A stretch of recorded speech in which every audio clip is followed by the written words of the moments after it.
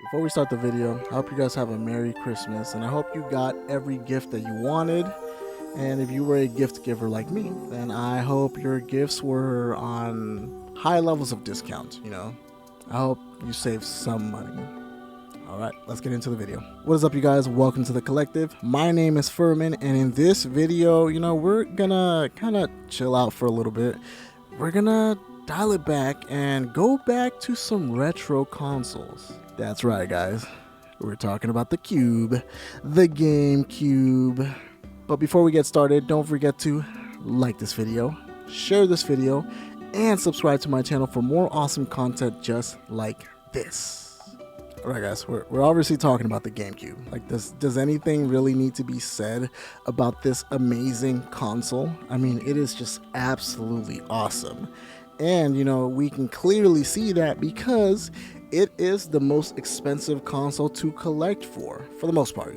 I haven't actually done the research, but from what I've seen and conducted, me buying games and stuff like that, GameCube games typically end up being more on the pricier side than most other consoles end up being. Alright, I'm just gonna lay this brick down because I didn't realize it was gonna be that heavy. Alright, guys, so story time. What is my story when it comes to the Nintendo GameCube? We already had the PS2, and one of my friends had an Xbox, and the Xbox was really cool. My cousins had an Xbox, and it was really awesome too, but I just loved Nintendo, and I've always wanted a GameCube. And so one day, like over 20 years ago, I woke up and made the smartest decision of my whole life. Yup! Up here in Alaska, we get this thing every September to October called the PFD, which is the Permanent Fund Dividend. And so basically we all get paid to live in Alaska, and the money comes from the oil and sales, all that revenue and stuff like that. We get a little cutback for that. So there was one year in particular, I don't remember if it was 2001 or 2002, but it was one of those years, and we would always get the newspaper. That's something a lot of Gen Z guys haven't even heard about, but we would always get the newspaper, and every year we would always get that Toys R Us magazine, the magazine that just had, it was just a toy chest basically. It had all of these insane deals.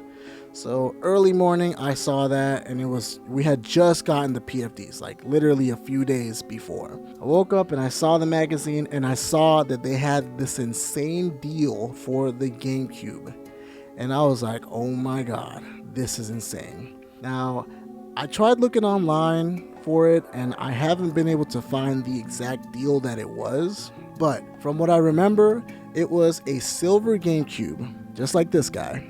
But it had 2 silver controllers. And yes, this is also a limited edition too. So that's probably where the limited edition craze started for me. But yeah, it had 2 silver controllers. It came with a carrying case, like this GameCube bag. And it also came with 2 games and a memory card also. I don't remember what the second game was, but the first game was Sonic Heroes, which is just, that is an amazing game to start your GameCube library with. It's one of the best Sonic games ever made, honestly, in my opinion. So, after reading the magazine, I was like, oh my god, we need to jump on this deal. So I actually, went into the kitchen, and I cooked my mom this insane breakfast spread. I went crazy, and thank god we ended up having all the food we needed. But I made her eggs. I made her breakfast sausages. I poured her some orange juice. Gave her some toast. It was like a real life buffet that I made for her. The only thing I didn't make was the coffee, because I didn't know how to make it back then. But I did this whole thing, this whole spread for her.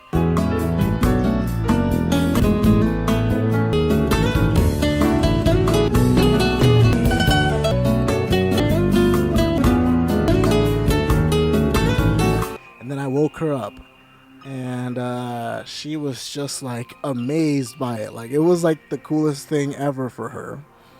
And that's when I sat next to her, and I was like, hey mom, I know we just got paid, and there's this cool little thing in Toys R Us. Can we go get it?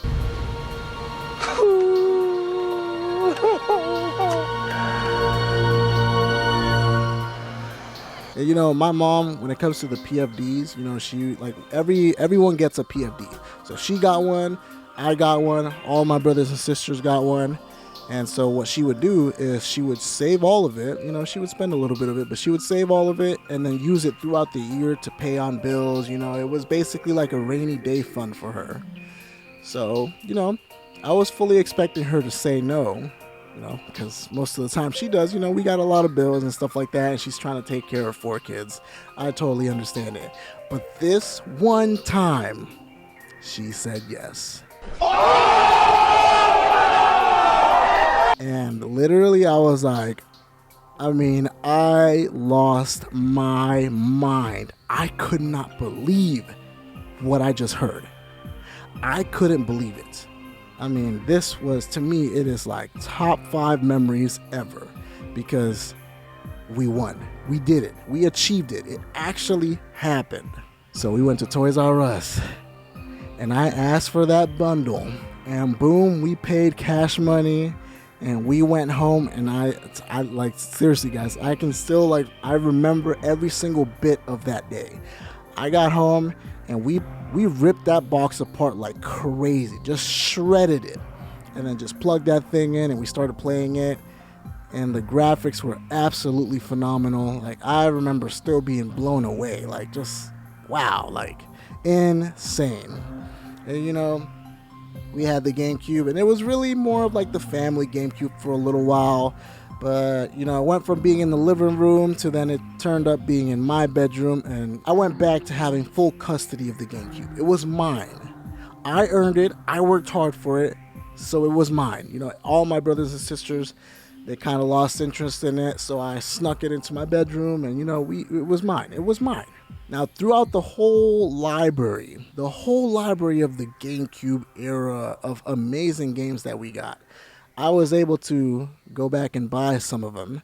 I only have 2 games that are my original games from back then, and I don't even have cases for them, which is really unfortunate.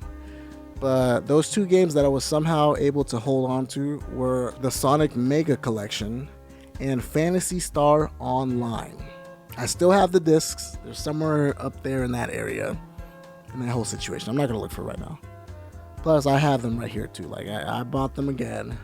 And so, yeah, that was one of my missions too. That was one of my missions to do when I started recollecting games again, is I wanted to buy, you know, the library of my dreams. The library that I always wanted to have, and also the library that I did have, but don't have anymore. So 2 of the games that I don't have that I can think of right now are Super Smash Bros. Melee and Digimon World 4, I believe.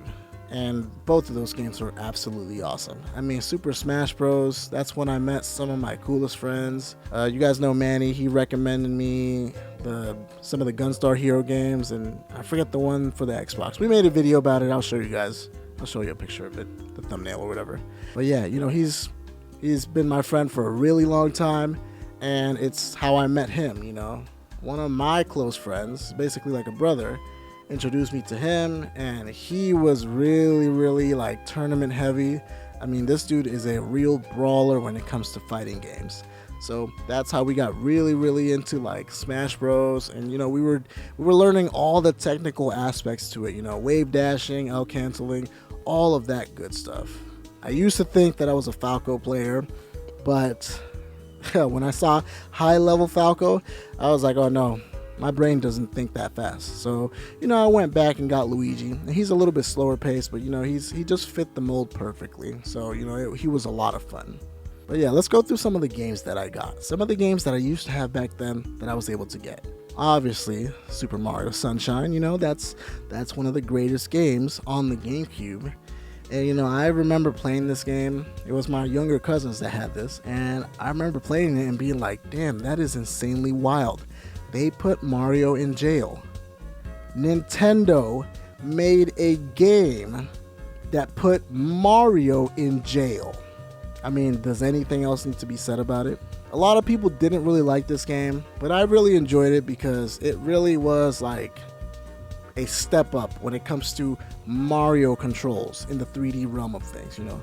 it was an evolution of Super Mario 64, in my opinion. Final Fantasy Crystal Chronicles. This is one of the games that I really wanted to like, but it was just hard to play, mostly because, you see that down there, this part right here? You needed to have the Game Boy Advance player and 4 Game Boy Advance or Game Boy Advance SPs, and I didn't have that back then.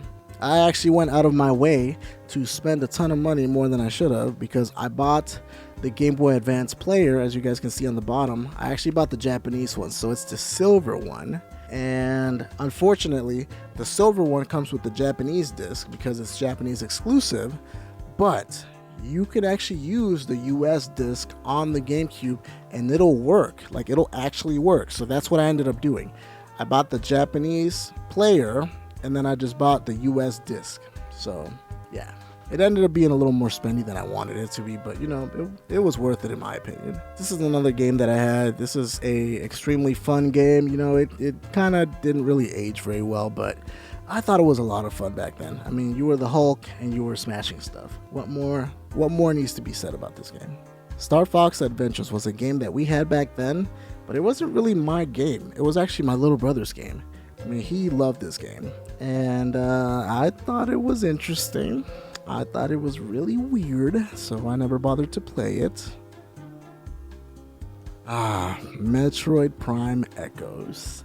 I remember I bought this game around the time that I ended up getting really sick, and I had to be out of school for like a week or so. Or I might be over exaggerating. It might have been like 2 or 3 days. But it was me and Metroid Prime 2 Echoes. And wow, this game was absolutely awesome. I ended up getting stuck like 5 or 6 hours into it, and I ended up dropping it. But the start of the game was really cool. Oh yeah! So, and now that we got the remakes, we got the first remake, I'm kind of debating whether I should just wait till this gets remade. Hopefully Nintendo does that. We'll see. Phantasy Star Online, episode 1 and 2. This was one of my favorite games back then. I played the heck out of this thing, but unfortunately, we didn't really have internet like that, so I didn't really experience the game to its fullest, if that makes sense. I would just kind of play it, and I mean, I enjoyed it. I had a lot of fun with this game. The character creation, the fact that you can use different weapons, you can use a sword, you can be a brawler, you can use guns. It's just a really cool game, and I miss playing this game, but this was one of my favorites. Now we are cooking with oil. Sonic Adventure DX. This game was so good. And there's really only one thing that I hate about this game, and it is the Amazon area. I hated everything about that level. I hated the song. I hated the level structure. It was crazy confusing. So I ended up getting stuck for a really long time, a lot longer than I would have liked to have been. But this game is iconic, and it was one of the prettiest looking games back then, even in the Dreamcast and in the GameCube. So yeah. And you thought that Sonic Adventure was amazing enough as it is? Well, guess what? The sequel was insane. Oh my goodness. There has never been a more iconic game ever been made in the Sonic era of things, in the Sonic realm of things. And yes, I understand this game is not perfect, and there's a lot of bugs, a lot of issues, knuckle stages, you know who I'm talking about. But even the knuckle stages, as annoying as most of them were, the music, bangers, bro. I love everything about this game, start to finish, especially the ending. They live and learn, and Sonic and Shadow go Super Sonic and Super Shadow. Come on, guys, come on. They were cooking. Actually, as a matter of fact, the kitchen was on fire. The whole thing was on fire. Now we got Sonic Heroes, the first game that I bought on the GameCube. Well, I guess it was a pack-in, so it wasn't really a purchase, so to speak. But yeah, this game was really cool. It was really cool to be able to see Sonic teams of players and stuff like that. You go one-on-one, head-to-head, and you had to use them in a certain way. It was really cool, and I had a lot of fun with it. The Sonic Mega Collection was absolutely amazing. I mean, it had all of the retro Sonic games. It had Sonic 1, 2, and 3, Sonic and Knuckles, Sonic 3D Blast, Sonic Spinball, and Dr. Robotnik's Mean Beam Machine. And you know, that last one that I just mentioned, the Mean Beam Machine, was one of my favorite games ever. Coincidentally enough, this game is a clone. It is just Puyo Puyo, basically. But I loved it. And I would always love that little animation that Dr. Robotnik would do whenever you lost. Like he's like laughing in your face. Iconic.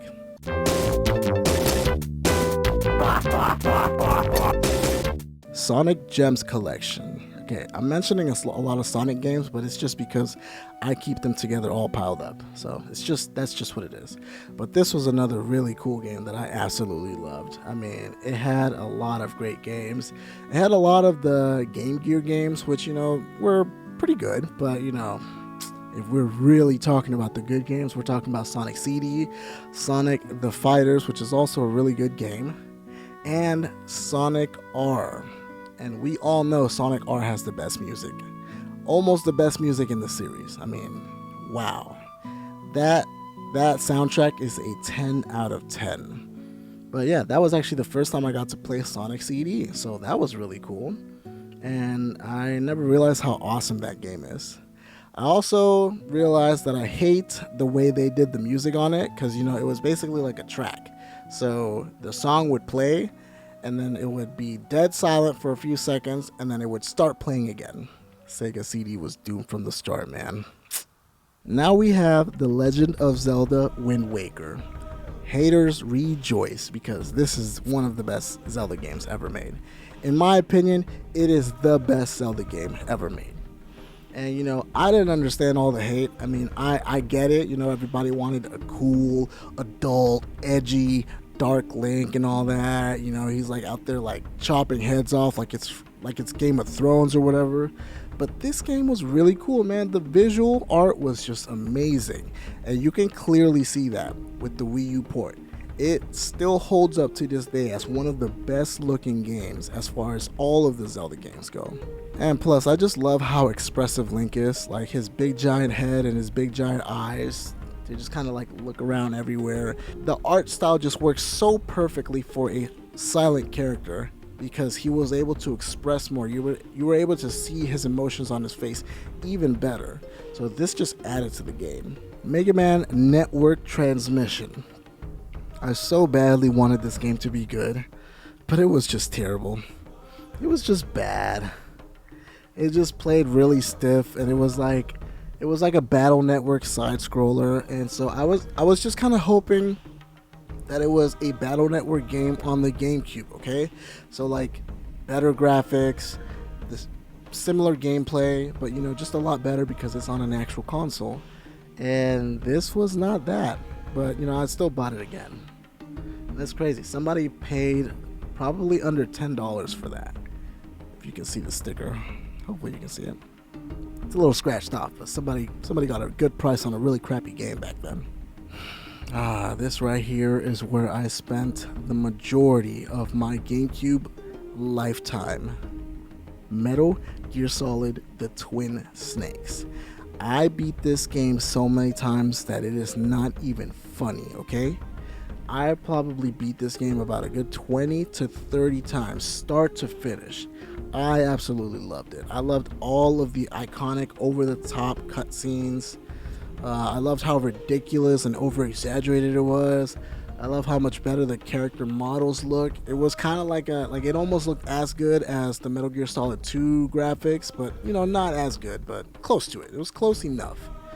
And you know, it was just perfect. It was just a perfect game. And clearly that is the case, because this game is not cheap. It's like in the 80s to $100. I'm gonna count both of these together because frankly I'm getting tired and this mic's heavy. But Beautiful Joe 1 and 2. If you want to talk about a game that is absolutely unique and just straight up different, this is going to be it right here. This game plays like it's a comic book strip style movie, if that makes sense. I mean, Beautiful Joe has, like, he's basically like a Power Ranger kind of situation, but he has powers, so he can slow things down or speed things up. And the game is cel shaded, it's over the top, it is absolutely ridiculous, and I love it. I would love for them to bring this franchise back. 2 games was not enough. And I know there's like a couple more out there floating around there, but they're not like the mainline games, okay? The Mega Man X Collection.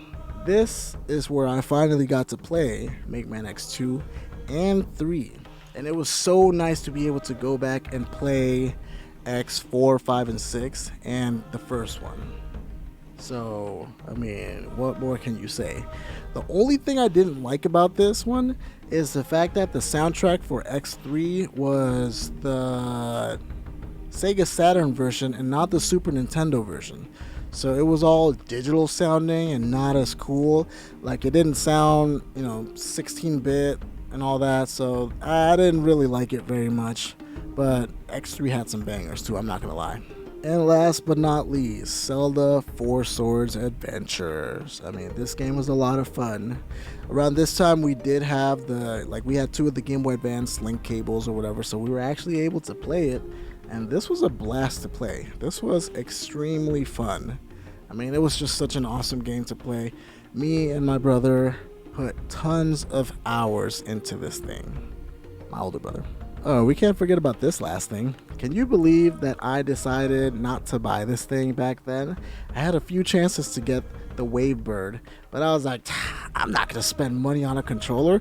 Why would I do that when my controller works perfectly? I don't need a wireless controller. And this controller, still to this day, is one of the best wireless controllers ever made. I mean, it is like near perfect. The only thing this guy is missing is the fact that it doesn't have rumble in it. But other than that, it's perfect. It lasts crazy long. Like, the batteries last insanely long. And on top of that, like, the responsiveness is absolutely like instant. Like, it's almost near instant. As soon as you tap something, it's already registering your button press. So it's crazy. And some of the controllers we have now don't even do that. So maybe we need to go back to using like radio waves like this guy did. Alright guys, that is the end of the video. I hope you guys enjoyed this. I hope you guys enjoyed reminiscing with me and talking about one of my favorite consoles ever made. This little guy right here.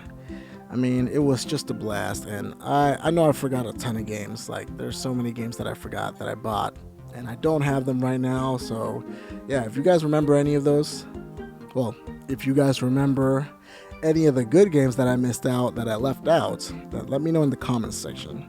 I do have a couple more out there, like Tales of Symphonia, Resident Evil, the Donkey Kong games, Shadow the Hedgehog, and Paper Mario, but I just didn't have those back then, so that's why I didn't include them in this video. But yeah, as always guys, do not forget to like this video, share this video, and subscribe to my channel for more awesome content just like this. And we will see you guys on the next video. Peace! So satisfying. Alright, see you guys later. Bye!